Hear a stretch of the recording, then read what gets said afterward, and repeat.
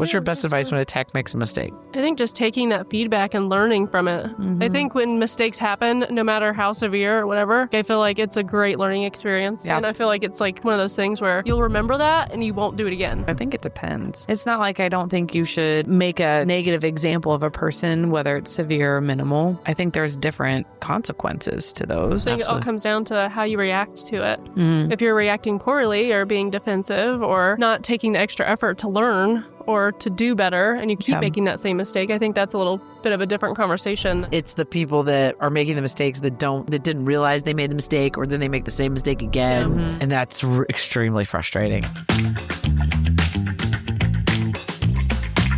Hello, everyone, and welcome to another episode of the Veterinary Roundtable, the podcast where we answer your veterinary-related questions while having some fun along the way. If you enjoyed today's episode or a previous episode, be sure to leave us a review on your podcast provider of choice. Oh my gosh, Apple Podcasts are at 148, Spotify's at 380. Boop! I don't remember the last one. 380 is way higher. Okay. And if you have any feedback to offer to improve the Veterinary Roundtable, let us know. Allie, just so you know, we have a guest today, but you'll figure out who she is soon. Spotify, once we hit 500 reviews, we're going to do something. Yes. And if you have any suggestions, let us know. Yeah. I Don't know what it is. I keep trying to promote the milk mile, but they don't want to do that. So awful.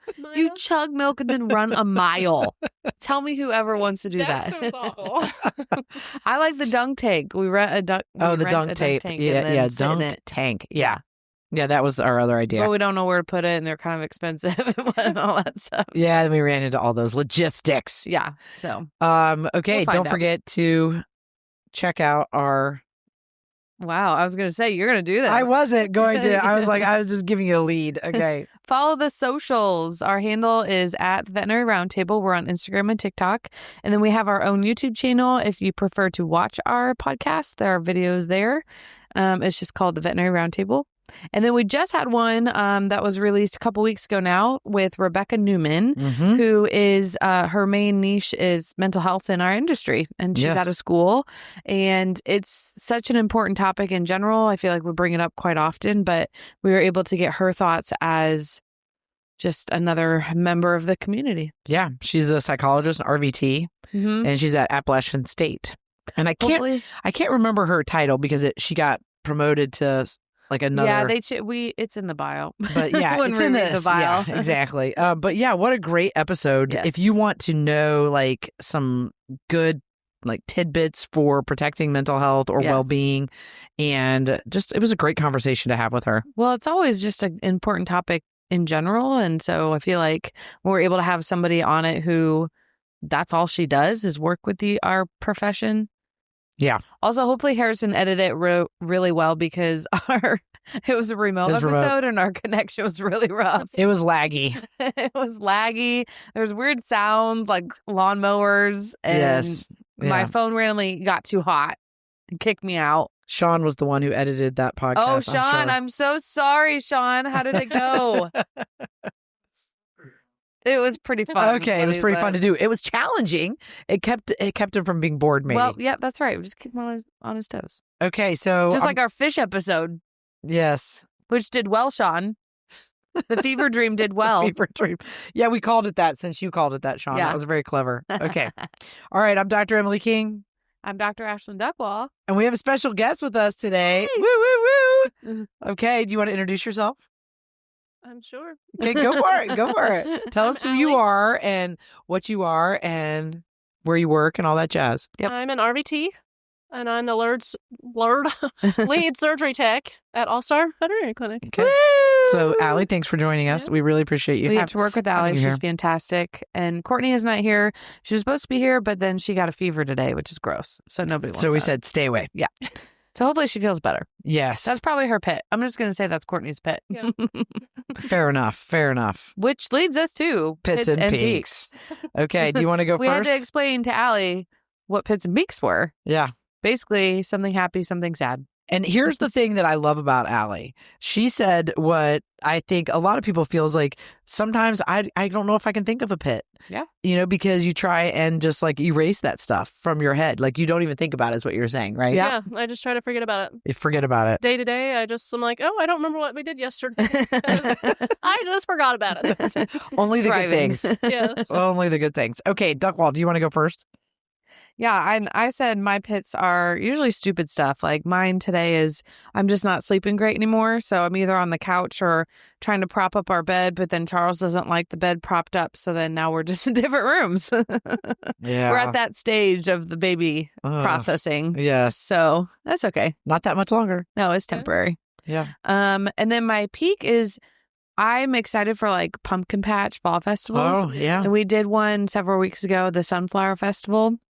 And it was so much fun. Helen had so much fun. Aww. It was so cute. It was good to like get out, keep her busy, but it was like a family, just a cute family event. Yeah. So I like that kind of stuff. I'm excited for the pumpkin So are you a patch. pumpkin spice person? Well, I am when I can have sugar. You're off of everything right now. But I'm not like I'll have maybe a couple during the season. Okay. But I won't like rush there to get it first thing when it comes out. Okay. Yeah. I like it. I like the flavor. Yeah, me too. Yeah. I don't rush to get it either, but I'm definitely not turning it down. You're not what? Turning it down. Oh, yeah, no. Yeah, like, you know, for sure. I mean, Starbucks knows what they're doing with I that do drink. like the iced chai tea. They start coming up with the themed iced chai teas that'll be like I like chai tea pumpkin too. pie, oh my God. Yeah. It tastes like you're drinking pumpkin pie. I'm not a tea person. No, it's not tea though. Oh. It is, but it's not. It is. How but would you doesn't describe taste it? Like, I think it tastes like a latte, but just with more of a cinnamon twist to it. And no coffee flavor yeah. because I don't drink coffee. You should try it. It's really good. It's I like so, it more. It's so much but- sugar, Allie. Oh my God. It's so much sugar. You're not allowed to have one yet. No. I'll bring you one. I'm once doing you're allowed all to. sugar free. I don't even know if they're out yet, but it is like, and then they put like that whipped cream on top of it. Yeah. It's good. And tea? The chai tea. I thought tea is supposed to be healthier. Just don't think of like tea No. like a This tea is bag definitely and- not. Yeah. It's not like a tea bag. They mix it with Oh. milk. Yeah. You really should try it. It's really good. It is. I'm going to Interesting. bring you one. All right. Okay. My pit is, gosh, you know what? I'm just not going to shy away from it. Everything that's happened this past week Yeah. and a half, just all of it. Yeah. All the bananas going on, the In the world. shenanigans in the world. Yeah. I think everyone's losing their minds. Yeah. So there's that. And I would say my peak is that I got to have some of the people from leadership from All-Star up to the lake last weekend, and the weather was amazing. It's like been 2 weeks of just We like, love Emily King's Lake House if no one Amazing. has caught on. everyone come. I love having people up there. It's so much fun seeing people enjoy it, and it was just a great weekend. Nice. So that was my peak. Yeah. Allie, what about you? Oh boy. See, I don't know if I have a pit. I'm really trying to That's think. if you don't have one, it's okay. Yeah, not a bad thing. I'm gonna Yeah. go with no pit. Okay. But peak. My husband got a promotion, so that's really nice. Woo! Maybe- Spencer. Yeah, he's been working really hard, so it's really nice. So I guess the pit would be that it's seconds, so that's kind of a boo. Oh, but- seconds. Yeah, explain that because I had to ask you about that. Oh, seconds. So it's like 2 to midnight.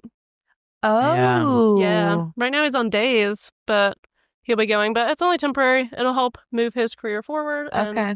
Do they have like a temporary timeline or is it just. Oh, no. Oh, yeah. No. He just saw the opening and he wants to continue moving forward. And Okay, he likes yeah. the company, so he's just going for it. And we'll see. They'll And be so in then just that the- means that's hard for you guys on your schedule, isn't it? Yeah. We won't see each other probably much. We'll see how that goes. Is it Was Monday that a through pit Friday? or a peak? Yeah. I'm not sure. Monday through Okay. Friday, and he has to work some Saturdays, so I don't know. Oh, no. We'll see. I have Well, Fridays you'll have off. the weekends just Yeah. like every other Yeah. married couple and Yeah. family. Yeah. So, yeah. I don't know. We'll see. Okay, well. We'll see how it goes. Mo money, mo problems. Yeah. That's true. Oh my gosh. And then we have to introduce Wade. Yes. We forgot to introduce him when we were introducing Allie. Wade, Allie, why don't you tell us about Wade? Because Yeah. he's a phenomenal dog. Tell us his story. He is. So Wade, I got him when he was like 9 weeks old. He had a PRA, so predominant right aortic arch, right? And he had surgery at MedVet at about 9-10 weeks old.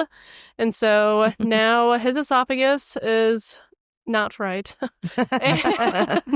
He is on a blended food diet. He cannot have any solid food, or it gets stuck in his esophagus and it comes right back up.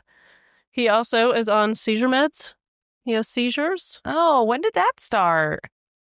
Probably a couple years ago. He's been on Really? Keppra. Yeah. Oh, man. I know. Wade? No. But other than that, I mean, he's a super good dog. Hey, baby. He's super happy, super compliant. Yes. He comes to work all the time and just sits there and watches and is a good boy. Yep, he's a great dog. Emotional support for sure. Yes, absolutely. I don't know if I've ever asked, do you blend the food or do you order like wet and like what do you do? Yeah, I have to blend it. The wet food is actually too dense. Oh, so interesting. it gets stuck there. So we have to blend it. We just put kibble in a blender. Yeah. Wade has his own blender. It's always a joke. And we put water and blend it. Oh, okay. And just with water. pour it. Yeah. Pour it down. He just laps it up. Yeah. If it's too thick, he gets sick. Oh, man. Yeah. So you have to figure out the right And he loves combo. food, so he'll steal things. Yes, he does. He likes to steal things. He's also a poo eater, so you got to be careful with that. Yeah. Yeah, he's one of the examples I use when owners ask me, what do I do about my dog eating poop? And I'm like, well, we have a nurse who's done the pineapple, right? And then you've done basket muzzle training too. Basket muzzle. Yeah. Probably the best. But now that we've lived on a lot of land, it's not much of an issue because I feel like it's not compiling. Yes. Yeah, that's true. It's spread out. Yeah. And so he doesn't eat it as much. So we haven't had to do the basket muzzle. The pineapple thing, I think, did work. But that's what I tell people. When you told me that, I was like, I'm just going to take that and run with it. You have to keep up with it. Also, you can't feed him too much because it makes him sick. Yeah. I love that. I was like, nobody's eating poop. Yeah. And you have to do it to every dog in the household. You can't just do the only dog. So Pineapple for everyone. I went a little pineapple crazy, but it did work, I thought. But yeah, I mean, I had to follow him around. It was kind of crazy. I know I always bring up the basket muzzle, but a lot of people stop there. They don't want to either deal with it, try it, or they don't have a bad connotation with it for some reason. So yeah. Everyone thinks he's mean when he's wearing it. Yeah, I'm like, he's so mean. He's so mean. Stay away. Oh gosh. Well, since you brought up his condition, can you explain, or anybody want to explain what happens with his condition? So basically, he had a persistent ring right around his aorta, esophagus. Yes. And it just comes from the aorta. It comes from the aorta, right? And then it makes this balloon effect. Mm-hmm. Because it's like if you put a rubber band on a balloon, in the middle of a balloon, right? Yeah. I mean, if that's your esophagus is the balloon, and then you put a rubber band around the middle of it. Yeah. And so even though they surgically removed the ring, his esophagus was still damaged enough that he suffers from megaesophagus. Yeah. Yeah. But I think overall he's done really well. Mm-hmm. Yeah. It's nice that you can correct it. I feel like, I don't know, when you have a dog with mega E, so mega esophagus, which can be primary or secondary, there's kind of really no fixing that. That's you just feed him in a Bailey chair, but you don't do a Bailey chair for him, do you? Thank goodness, no. Okay, that's good. Yeah. I thought I was going to have to in the beginning, but we figured it out. Oh, good. So, that's good. Yeah. Fascinating disease. I saw one in school on a cat, and it was a fascinating surgery and everything. But the kitten, I mean, I cared for it in recovery and did fine. It was intense recovery, as you can imagine, but it was wild to watch. Yeah, I think he's the only case I've seen of it. I mean, it's not like a common disease that we see. The surgeon that did his procedure, he was the first one that he's ever done. Yeah. Nice. Yeah. Well, here he is. Yep. There he is. How old is he now? 6. 6? Okay. Wow. That's crazy. Time's a flying. I know. It's wild. He's thriving. He's a great weight, by the way, everybody. That's right. That's what he's a lab should look like. Weight. I get told he's too skinny, but I'm like, a lot of people would say that probably when they see him. They would think that he's too because they're used to fat animals. Everybody's used to fat animals, and it's sad. Yeah. He is perfect size. I love his size.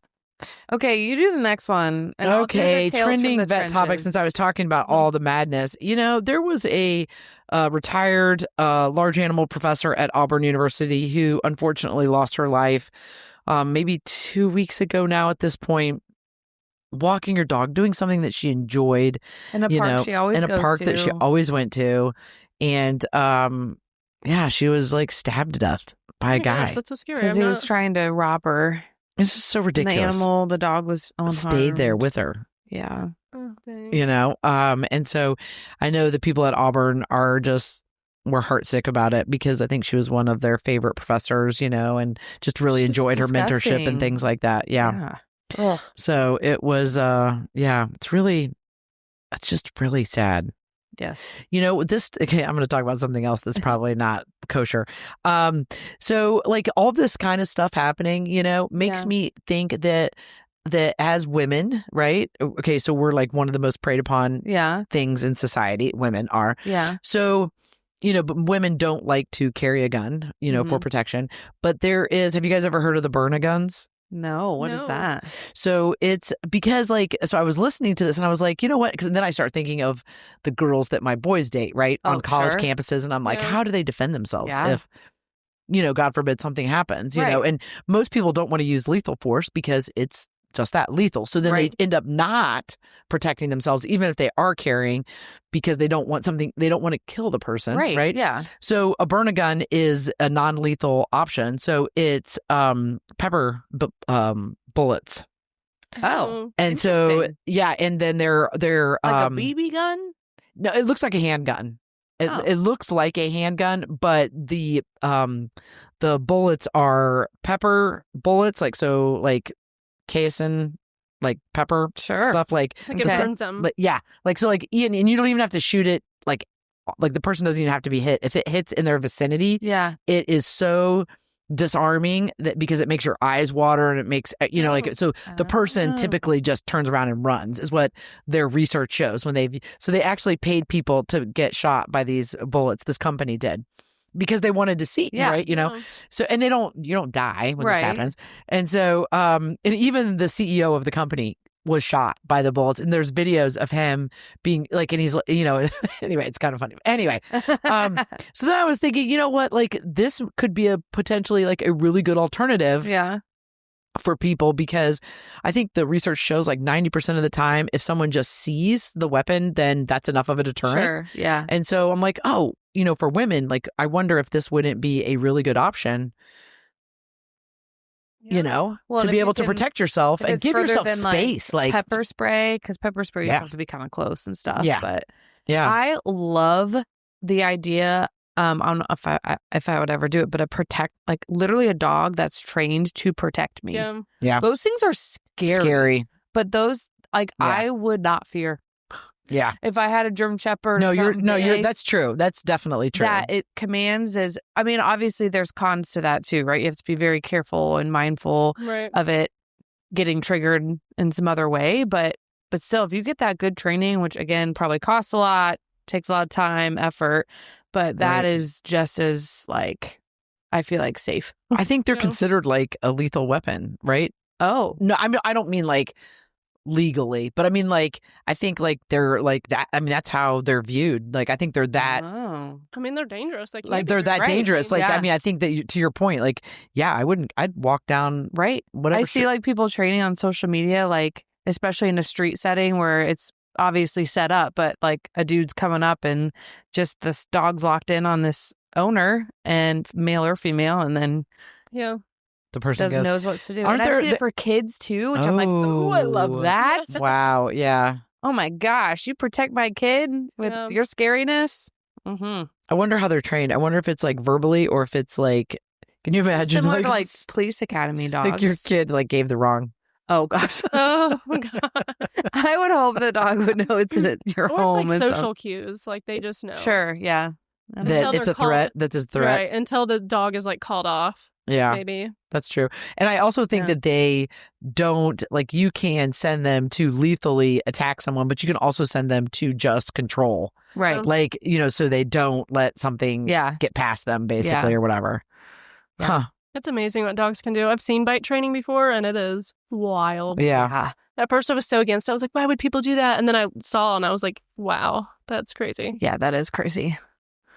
Better to be trained to bite than just bite without reason. Right? We have enough of those. Yeah. Those are already out in the world. Those are definitely out in the world. Okay. All right. Okay. let's go to Tales from the Trenches. Okay. So if you don't know what this is when our listeners send in the most ridiculous, funny, unhinged stories that we read on the podcast. We don't read them beforehand, and so we can have just pure reactions to them.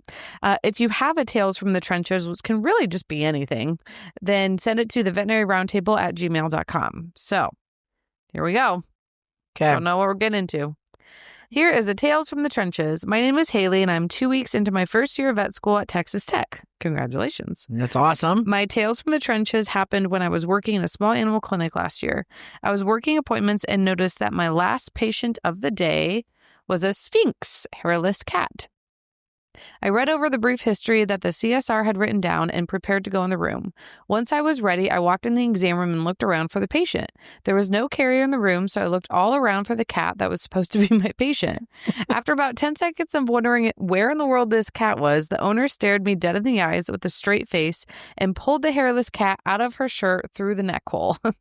Let me just say this lady was not wearing a bra, which was evident once the cat was removed. Oh, gosh. I proceeded to pick up the warm, hairless cat who was just bundled up in this lady's bosom and carry her to the back, trying not to think about it too much. This case and patient has stuck with me, and unfortunately, I will probably never forget it. I absolutely love the podcast and look forward to it each week. At Haley. Oh my God, that's hilarious. Could you ever pet one of those cats?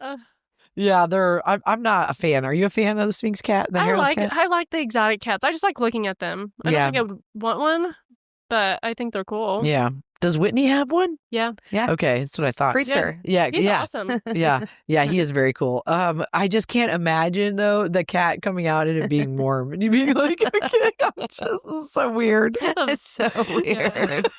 Like, and it's in the shirt because it's hairless or just because? I don't know. Like, why did the lady say something when she first walked in the room? I know. Like, you let the person look around for 10 seconds really. before you're like, She just stares and pulls I it out. know, right? Oh, it only would have been better if she just would have started unbuttoning her shirt. Well, she said clearly was not wearing a bra, which is also disturbing. Oh, yeah, very disturbing. And those cats, I think people think they're low maintenance. They're actually quite high maintenance. Yeah, I was going to say they are really high. Yeah, do I have to do like oil their skin? Yeah, and like you have to be careful with bathing and like. Oh, Can you jeez. imagine putting baby oil on your cat every day? Oh, God. Then they would just leave imprints wherever they were in your house. And you're like, oh, look, he was here. He was here. I don't know. Their Ugh, skin God. texture is like, they feel like a hot dog or something. Yeah. They are really why were they bred? Like, what was their? Do they have a purpose, or were they? Where did they come Aren't they from? like Egyptian rich people cats? You're just saying that because it's called a sphinx. I mean, maybe. I'm just kidding. Don't they get their names do they from look history? like the sphinx cats that on the pyramids? Oh, yeah, they do. Who has pyramids? Yeah, the Egyptians, the rich Egyptian people. The pharaohs. I don't know. We'll have to look up the Okay, origin. more. We'll Wikipedia get it. back to you on that. Mhm. All right, case collections. What have you guys got? Hit me. Oh, I was going to follow up with a weird one. Allie was there too yesterday. Okay. Ooh, yeah. Okay, so this is going back. I don't know how many episodes, whatever. So Raleigh was and you saw this dog too. So at like a little under 1, he presented for lameness, acute lameness. But then what we ended up finding is his, remember his toes were basically hyperflexed? Yes. Yes. Such an interesting case. Yes. Okay. So there's more now to Okay. it. Okay. So going back just briefly, this dog came in for acute lameness. We ended up sedating x-rays. And the weirdest thing on exam when sedated is that his digits were hyperflexed so that it was like almost claw-like and you could not straighten them out. Mm-hmm. And it was worse on the front. Well, the back still really wasn't that affected, even when I saw him yesterday. And it got so bad to the point where he went to an orthopedic surgeon. They ended up amputating one of the forelimbs when he was a little over a year. His whole leg? Yes. So they took the worst one, which was his right one at the time. And they submitted it to pathology. No answer. No idea what was wrong with this dog.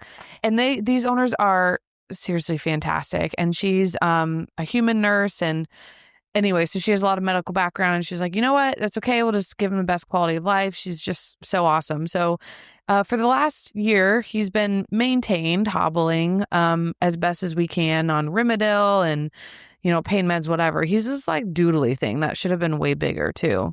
So fast forward to yesterday, he comes in. This dog looks like he's 14 years old. Oh. It was weird. Like he looked like his hair coat was dull. He had like hair loss around his eyes. He was skinny. He had lost 8 pounds in 2 months. But he presented for just vomiting, not eating, and whatever. I don't know, whatever else.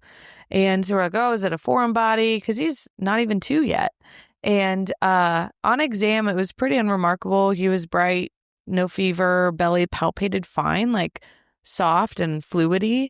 And he just looks like crap. And Mom knew. She's like, he looks like crap. Like we know whatever is going on with him is not great. So she wanted just to scan and get some answers. His blood work showed mild hemoconcentration and Chemelect was all normal.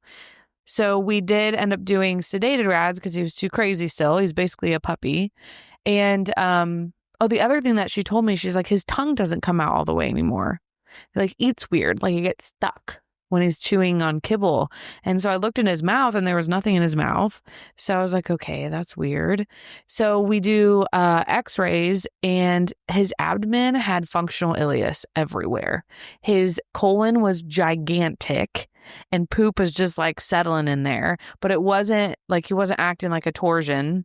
Oh my gosh. And no obstructive pattern, just functional ileus. And her and I had already been brainstorming, like, is this some musculoskeletal issue that is now like affecting the GI, like some sort of stasis?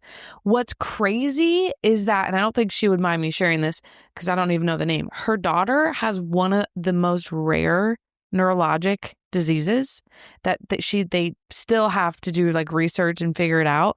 And like, it's a similar thing that her daughter has to go through where like her gut can get stasis and other neuro issues. Oh my gosh. So it's wild in so many senses, but the case was seriously still one of the weirdest cases I've ever seen. And his quality of life just had been going downhill anyway. And so as soon as I showed her those x-rays and how it was just bad, I'm like, we can try serinium, metoclopramide, cisapride. Like we can try that stuff, but it's temporary. Like we don't know what's progressing. We have no idea what's going on with him. All right. Nobody knows. They submitted his leg and he was still under sedation, but he had pretty good reflex, but his tongue it was weird. His tongue looked small. It was just... The texture was a little off. Yes. Yeah. Poor guy. Allie was there and did the x-rays. I walked in and I was like, holy mama. What's going on? Yeah. Wow. Okay. We'll have to post a picture of those x-rays. Wow. Yes. Yeah. We ended up humanely euthanizing. And she was like, you guys can have him to like research. And I was like, well, we can, do what we can here, but neurologically, I can't really get good samples. And I was like, you could drive him up to Purdue and do a necropsy, but they're like, no, we're not going to do that. It's okay. So, dang. So we don't ever know. We won't know what. No, he had to have something, some genetic. Oh gosh, yeah, he was a mess from the beginning, right? Yeah. And I think it was a situation where they rescued him, but I don't know. I think it was like he got him for free. I don't know. He was supposed to be like a Newfie doodle, and he was a quarter of the size. Yeah, he was supposed to be huge. Wow. It's really weird. So weird. The whole situation was just like, how, and you found this family who took such good care of you and also was very realistic. Like they weren't. Like, so what was his other front leg after the surgery? It just stayed the same. It was still. And he could get around? Well, kind of. He was I mean, not great, which is the other quality of life. Like we thought the leg was going to be the problem and that eventually it would just be too much for him. Right. Yeah. Interesting that they amputated the whole leg. Mm-hmm. So bizarre. Yeah. Yeah. So Raleigh. Wow. That's an interesting case. Weird case. Okay. What you've got? What have you got, Allie? I don't have something as crazy as that, but probably a couple weeks ago, we had a 13-year-old shepherd mix come in. He came in for an annual and they found a growth on his neck. underneath the lymph nodes, but kind of in the jugular region. Cancer was suspected. So the dog had slightly elevated liver enzymes, and he was on thyroid meds, nothing crazy. But the owner was a little nervous to put him under anesthesia. We ended up doing the surgery. She got it off. He didn't do super well under anesthesia, so she had to kind of work fast. But the mass was dark in color, was almost like cysty, but it had hair and other fluid. Like, it was weird. But we thought it was going to be cancer, and we're like, oh, this is going to be so horrible. And it ended up being, she wrote it, I'm going to butcher how she suspected trichoma. Or blastoma? No, not blastoma. Why can't I think of what it is? I don't know. It's one where it gets hair and teeth and stuff. Yes. Yeah, exactly. Yeah, exactly. It was so wild. The dog recovered well after surgery, and it healed nicely, but we thought it was going to be so bad, or like the jugular, was going to be involved, but no, it was good. So did it peel out? Do you know? Did it come out easily once she got getting it? But then it kind of ruptured, and then once she got it out, because the brown liquid came out, and then once she got it out, she squeezed it. There was hair and everything. That's so gross. Those things are so gross. Was he clinical? Like, was it pressing? No, I think they found it at an annual, so it was just a coincidental finding, and probably couldn't tell from F&A or anything, right? And he was a giant shepherd with a lot of extra skin, so like he couldn't really tell, but it was kind of cool that it was just that, and we didn't end up sending it out, so we didn't, since it had the hair and stuff in it, but it was cool. That's wild. Okay, spell it for everybody. Do you have it written down? Oh, yes. Okay.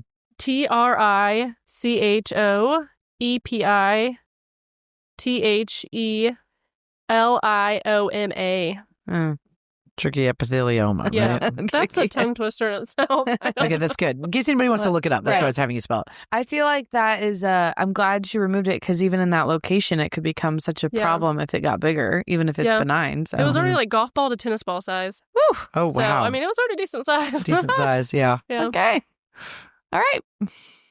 Yeah, that's crazy. You got a case? I do not have a case this week. Oh my gosh, I'm late. Listen, I'm getting ready to come back into the clinic to work some days, and then I will have some really good ones. I've got a good, Dr. Cloud and I were talking about you and said you would do it, a good screw tail amp for you. Ooh. Carla looked at it and she said that, like, she think we can get it done and stuff. She's like, oh, Dr. King's picking up some days. Maybe she'll do it for us. That is one of the worst surgeries ever. Yeah. I'm not doing it. It is. It's just like time consuming. Yeah. Like, like I think if that's the only thing you're doing that day, then you're like in it to win it, and you don't care that it's taking you longer than you should, But like if you feel like you have to be doing something else in an hour, then it's where it's an hour.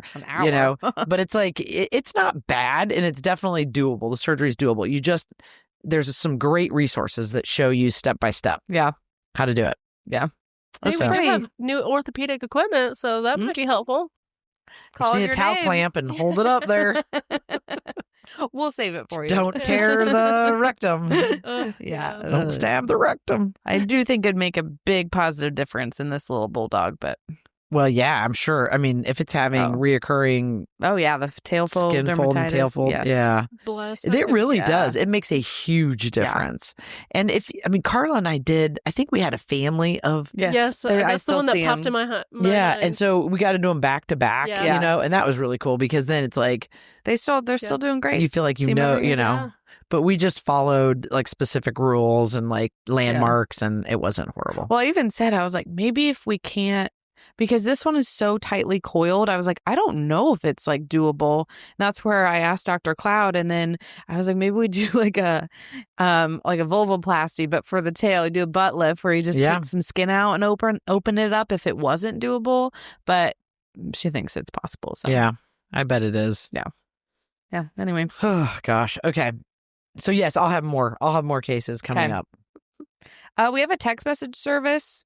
Courtney usually does this blurb. Basically, there's a link when you watch our podcast, and you can send us an inquiry through a text message, or you can also do a voice message where we've had a couple, Allie. It's pretty cool. They send in like literally a question, and we just play it Ooh, I know. fancy. I know. We're so high tech. Yes, it's really fun to hear the people's voices. Yes. Yeah. It's like they're here. It's kind of weird. But anyway, you can send send the voice message to the veterinaryroundtable@gmail.com, or you just type in the text box. I butchered That was good. You did great. 'Kay, Don't worry about it. Okay, question 1. A sweatsuit or baggy t-shirt and sweats for the after work reset? From Anonymous. I think What do you this guys is think? just random, right? That's that is totally super random. What There's do you no wear? underlying meaning here. There's just one? I'm totally baggy shirt and sweats. Me too. I'm not a sweatsuit. A sweatsuit. Like, I'm picturing like a jogger set. Yeah. Like Yeah. a crew and like Yeah. joggers. Yeah, that's what I'm like thinking. matching. Like, oh my gosh, have you seen New Girl? A swoot. A swoot. Have you seen I'm that thinking about episode? Yes. Would I'm you? a big t-shirt. Yeah. Yeah, sweatpants. I just I go to love Charles' those closet. I love those Viore pants. Those ones that are so soft, that material. Have you ever had the Viore No. or the Viore Mm-mm. pants? Oh my God, I'm going to have to get you guys some. They're just the best material. They're stretchy, but not Oh. like tight. Mhm. And so, and they're just so soft.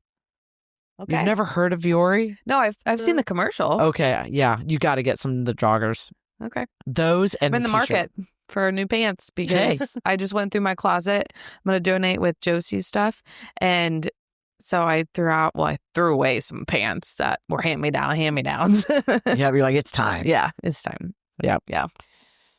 Okay, which one are you? Oh, I mean, it just kind of depends. Yeah. A sweatsuit is nice. Joggers and a crew. I like big crews. Yes. So baggy in Yeah. general. Like if it's fall weather, then yes, for sure. Yeah. Sweatsuit. Sweatsuit. Oh, the more I look at that word, it just looks funny to me. It does look funny. Okay. Okay, number So two. what did you decide? You're I'm baggy tee and sweats Yeah, for okay. show. Okay. Okay. Number 2, what are your thoughts on the U.S. Army Veterinary Corps? They offer a program that will pay for 3 years of your veterinary school in exchange for serving for at least 3 years after graduating. I'm highly debating this option due to the high cost of graduate school. I am a sophomore and undergraduate, and I'm a little terrified with what the veterinary school will cost by the time I graduate, undergraduate in 2028. Anonymous. Yeah, I think it's a great option. I love it. There's tons of people on social media, like Dr. Courtney. Oh my gosh, I'm drawing a brain fart. What her last Deer? name is? No, it was at LMU. She moved now, but she was in the military as a veterinarian. Like, I think it's definitely worth pursuing if you want to, if you're not afraid of going that route, and Sure. then. I mean, it could save you a ton Don't of you just- money Well, maybe not just, but you take care of the animals of the people on the base. on base and stuff. Okay. Probably. I mean, I'm wonder sure how you that have works. other Yeah. options, other things you could potentially pursue. Yeah. But yeah, I think it's definitely worth a conversation. Find out more about what would be involved. Mhm. If they put 3 years of your school, Yeah. is like, Yeah. I mean, that's a ton. That's going to be like $1 million in 2028. and what I can tell you is that if you serve 3 years after 3 years goes by, and yeah, I mean, we have a friend that did that for human doctor. He did the Navy and then served and yeah, whatever. He ended up going to Afghanistan, but yeah. I don't know how Yeah. it is in the vet world. I honestly don't know. Right. So, Yeah. And we the person that we interviewed from loyal. yeah. She still is active military. active so- military. So like, I don't know, check it out. I think it's definitely worth investigating. Could save you a ton of money. Yeah. And you could end up with some really cool experiences Yeah. Yeah. as far as traveling and stuff like that too. Yep. I don't know. Allie, you want to read the next one? Oh boy. Okay, yeah. Hi there. My name is Summer, and I'm a vet assistant in South Georgia. I had a few topic ideas I wanted to share as a baby tech, learning and growing daily. What's your best advice for when a tech makes a mistake from any extent, from severe to minimal? And then what sources do you recommend for technicians to use and assist to learn more in the field, just basic knowledge and more in depth? Apps or books? There's a third one. Oh, number 3. How do you handle a new environment as a new technician / assistant, learning a new hospital, staff, and scaries? The scaries. Summer. The scaries. All right, Allie, take it away. So your best advice for when a tech makes a mistake, whether it be severe or minimal. What do you guys think? What is your advice to the person who's making the mistake? I assume she's saying. What's Yeah, your best that's advice fine. when a tech makes a mistake? Yeah. I think just taking that feedback and learning from it. I think when mistakes happen, no matter how severe or whatever, like I feel like it's a great learning experience. Yeah. And I feel like it's like one of those things where you'll remember that and you won't do it again. type Yeah. of thing. And I think everybody can learn from it, not just Yeah. the individual who makes the mistakes. If you have an environment where people feel comfortable reporting mistakes. I was going to say honesty and reporting it when you notice it. And I was going to Yeah. say like a supportive group of people, because no one wants to make a mistake. You already feel bad enough, but being surrounded by a supportive group really helps you in that moment. Yeah. To not make you feel like garbage for making that mistake. And Like, here's the thing, the mistakes are going to happen. Yeah. You can try to prevent them, but do not pursue perfection. You will be very disappointed. Everybody does it. So really it is, to your point, what happens when you make the mistake? How are you going to handle that? Because I do think that's a reflection upon your character. Yes. Yeah. So are you going to report the mistake? Are you going to try and figure out how to prevent it from happening in the future? So I think all of that stuff is really important. Yeah. And I don't know if it necessarily matters. What do you guys think about? Does it matter the severity of the mistake? Like whether it's something really minor, like I forgot to send home that leash with the owner, or I gave a dog the wrong drug. How do you guys feel about the severity of the mistakes? I think it changes the conversation a bit from learning from it. I mean, if you're talking like severe caused harm, which is what we're not supposed to do, Right. then that is, I think there's a different way in tonality and approaching that conversation than, oh, you forgot the leash. Like, hey, nobody died. It wasn't Right. the wrong, it's okay, So Right. I think it depends. It's not like I don't think you should, I don't know, make a negative example of a person, whether it's severe or minimal, but I don't know. I think there's different consequences to those. Yeah. I'm not saying fire them either. I'm just saying you got to do something if it's a very scary mistake. Yeah. I don't know. What do you think? I don't know. I think it makes you, coming from like an outside perspective, like if someone made a mistake, I feel like it really opens your eyes too to like, is our protocol wrong? Right. Yeah. Like it just really gets you thinking and digging, how should we be doing things? Is this the best way to be doing things? Just depending on like what the error is, if it's a medication or whatever. Yeah, I think that is, I know for us, I mean, like at All-Star, I mean, that a lot of time is spent on that inward reflection of, okay, what didn't we do for the person? Like, Right. how are we at fault? Because now this person's in this position. Yeah. And sometimes there's nothing. And then sometimes, there's something like, okay, you know what? Our training protocol for this particular thing is insufficient. Like, whatever, like we didn't go through enough steps to teach this or whatever. Yeah. And sometimes it's just being human. Like there's nothing you could have done differently to prevent it. Right. And that's why I think it's so important to have the type of community where you can report mistakes. And I think when that happens, you have a much more engaged community. Yes. And probably a much more loyal, and then also just a more fulfilled community. Yep. In terms of how they view their jobs and whatnot. I think people are more likely to make more mistakes when they're working out of fear. Yeah. So they're more Agreed. likely to, we've all been in that position, right? Where you are trying to make things better with an owner, and because you're so scared now, right? You just make it worse, and then you make it worse, and then you make it worse. And you're like, oh my God, like how much worse can I make this? I just wanted to make it better. Why does it keep getting worse? Like we've had those cases where it's like, oh my God, really? It's that person that we forgot to do this or didn't do this or did this or whatever. And it's like, oh my gosh. So I think fear plays an interesting role in creating additional mistakes. Yes, I agree. And yet it's, to your point, it's like so important to not make them, because we're talking about I think life a and death, conversation has to be, in some instances. Yeah. So, which doesn't happen often at all, but I think a conversation, no matter what, just needs to be had between leadership and then walking through the process of how it maybe happened and move on. And then move on. Yeah. Fix what you can fix and go from there. Yeah. I just think it all Absolutely. comes down to how you react to it. Mm. If you're reacting poorly or being defensive or not taking the extra effort to learn or to do better and you keep Yeah. making that same mistake, I think that's a little bit of a different conversation than Yeah. if you're the person's like, oh my gosh, I know I did this, and you work on a plan on how to not do it again type of thing, Yeah. I think is. Well, and I think the people that are self-reporting aren't the ones that are the Well, problem, right? I mean, Yeah. it's the people that are making the mistakes that didn't realize they made the mistake, or then they make the same mistake again, Mhm.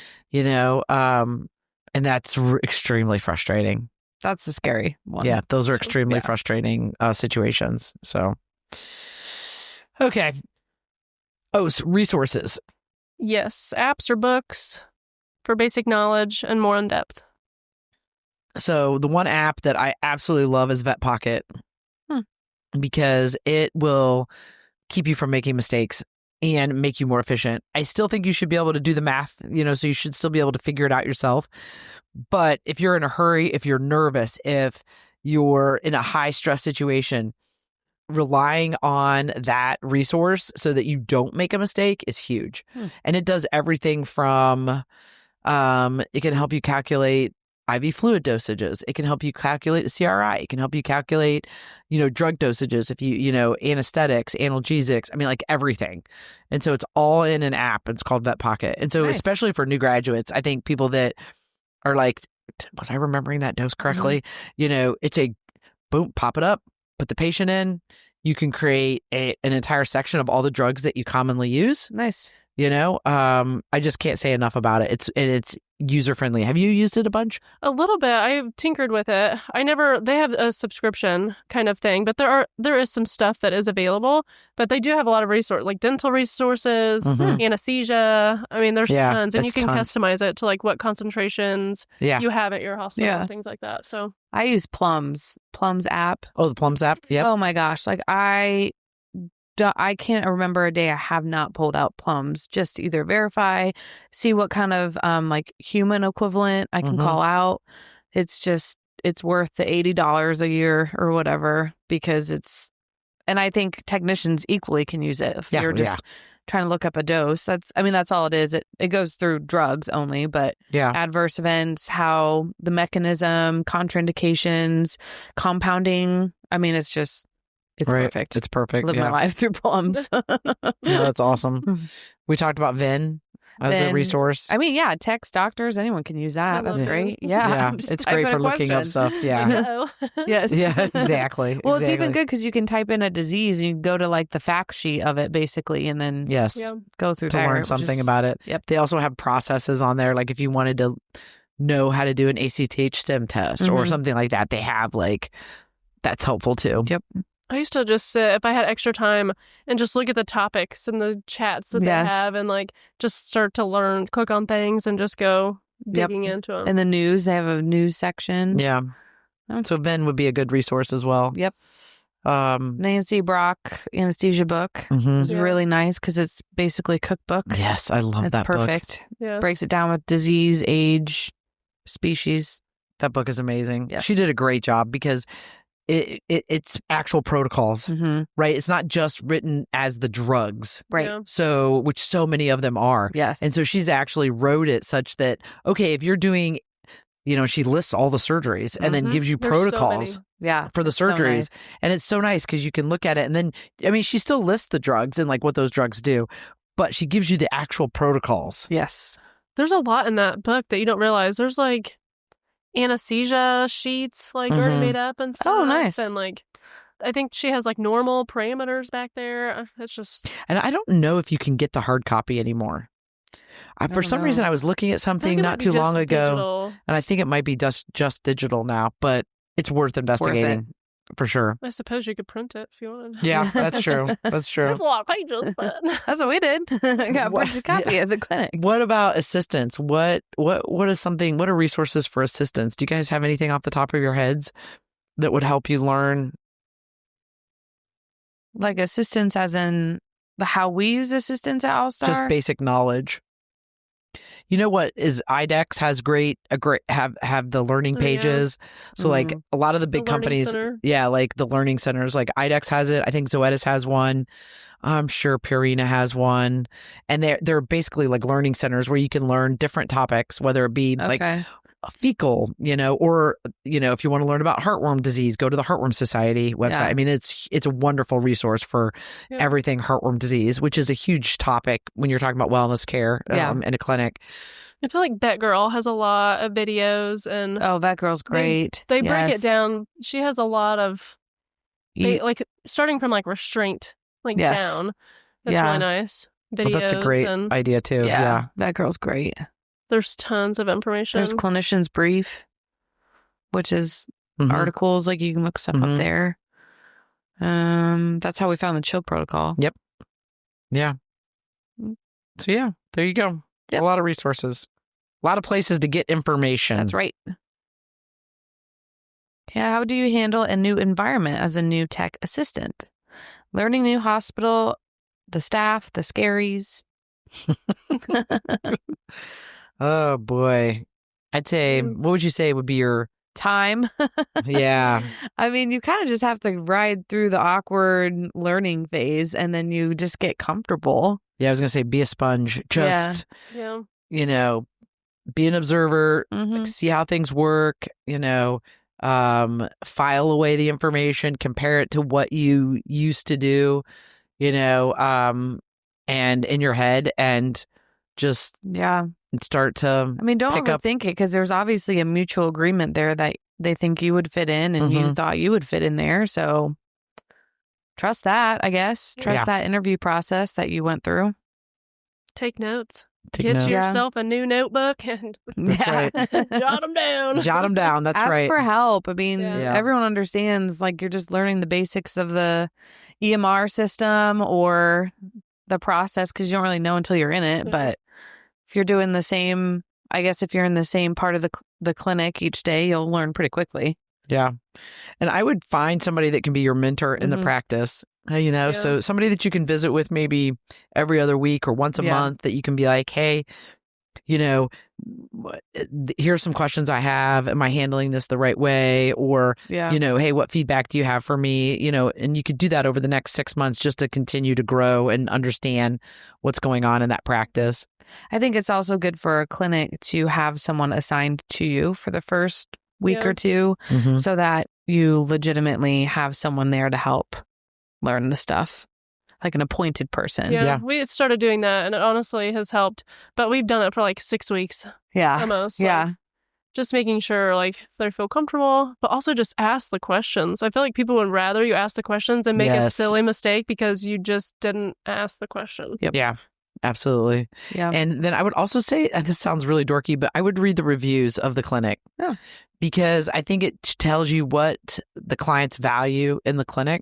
True. And so then when you're interacting with you can make sure that you're delivering on those things. If it's that you guys are always timely, you guys always check me out so quickly, I don't know, whatever it is, that people are commenting on, those are things that are of value. Those, especially if the clinic you're working at doesn't have a stated objective, like if you don't know what it is they're chasing every day, then go to the reviews, because the reviews will probably flush it out for you. So then you know what they're focusing on without them telling you what they're focusing on. These are things that are of value. And so then you can focus on those things when you're with the clients or whatever, with the patients. So do you have any other ideas? That's all I got. That's all you got? I was trying to digest the scaries. I was like, no. I mean, being in a new environment is scary. Oh, it is. I often forget that, because when we're at like All-Star, everybody knows each other. And so then it doesn't feel daunting. But if you actually think of it like a single person, especially a girl coming into an environment of all women, and it's like, oh my God, this is like going into the lion's den. Like, like it's a little bit treacherous. Like it feels that way. Yeah. Or it could feel that way, whether you're getting feeling like you're getting judged or, whatever. And so I think, that's scary. I don't. And so maybe that's what the scary is. Yeah. I don't know. But don't worry about it. Everybody's there and they are probably happy you are there. Yes. Yeah. Because you're going to be filling a hole, Yes. I would think. And so people are excited to see you and have you a part of the practice. Yeah. And so just take the time to introduce yourself. If they don't do that, if they don't come around to you because they're busy, go around and introduce yourself to them and get to know a little people. bit of growing pains. Yeah. Everyone gets to Sunday scaries. Ah. Still. Always, right? Always. Absolutely. Okay, I've held on to your little saying that you said. I remember as a baby tech, you have to be comfortable being uncomfortable. Mhm. I feel like that is vet med. Like, Yes. Yes. Just with everything, new environment, price changes, a new procedure. Like, I just feel like you have to be comfortable with being uncomfortable. Yeah. It's going to happen. It's going to happen. Yeah. Rather than trying to keep it from happening, just Yes. Yeah. accept that it's going to happen and embrace Yeah. it. Yep. You'll make it to the other side. Yeah. It'll all be good. It'll be fine. It'll all be good. All right. Well, Allie, thank you for joining us today. Thank we you, appreciate Wade. your insight. Yes, Wade. He's very tired. He's from tired doing on the ground. Nothing. Okay. Thank you so much for tuning in to another episode of the Veterinary Roundtable. Remember, send in those questions and leave us a review if you enjoyed this episode or a previous one. We'll see you next week for another episode of the Veterinary Roundtable. Thank you. See you next Bye-bye. week.